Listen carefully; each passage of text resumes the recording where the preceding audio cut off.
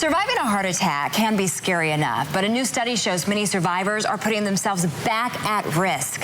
WNCN's medical expert and cardiologist, Dr. Kevin Campbell, joins us now. And doctor, you say many patients don't take their medication to stave off a second attack. Why not? You know, it's interesting. This new study showed that patients who came in with a heart attack that was life-threatening to where they had to go and have a surgical procedure done to save their life, actually at 6 weeks are not taking their medications. 30%.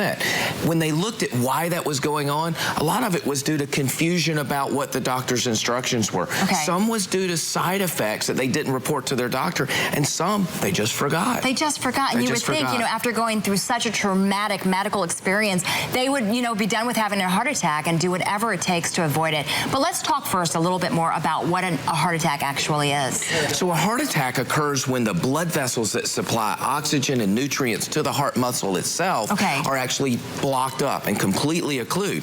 At that point, the heart muscle starts to die, and that's what a heart attack is. What you have to do in that situation is quickly get those patients to the hospital so that we can open up those arteries with a surgical procedure immediately and save that life. And after you save the life and the prescriptions ordered, they have to take those medications that are going to help save their lives. Let's talk about the risks, though, when patients decide not to take the medication. Particularly in patients where we do a surgical procedure and put a metal tube called a stent inside the heart artery to reopen it.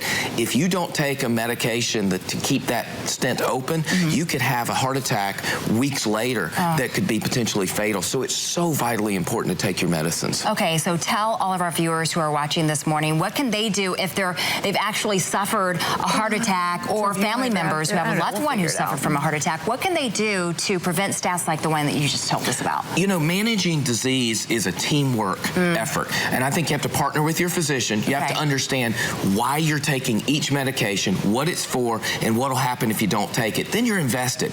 You also have to share with your friends and family what you're taking so that others know. If you're a forgetful person, using a pill box can be really an easy way to remember. And then take your medicines around other activities. Take pills when you brush your teeth in the morning or in the evening so that it's associated with something else. That is so vitally important. These medicines have been shown to extend life and to prevent secondary events. It's very important that you take them. So it's really about not just teamwork, but coming up with that routine. That's a great suggestion. Exactly. Okay, taking the medication, you got to do it. Thank you, Dr. Kevin Campbell. And if you have a medical question for Dr. Campbell, it's easy to reach out to him. You can log on to WNCN.com and go to links we mentioned. There, you'll find Dr. Campbell's website. You can also reach out to him by using social media. Dr. Kevin Campbell, thank you. Thanks so much for having me.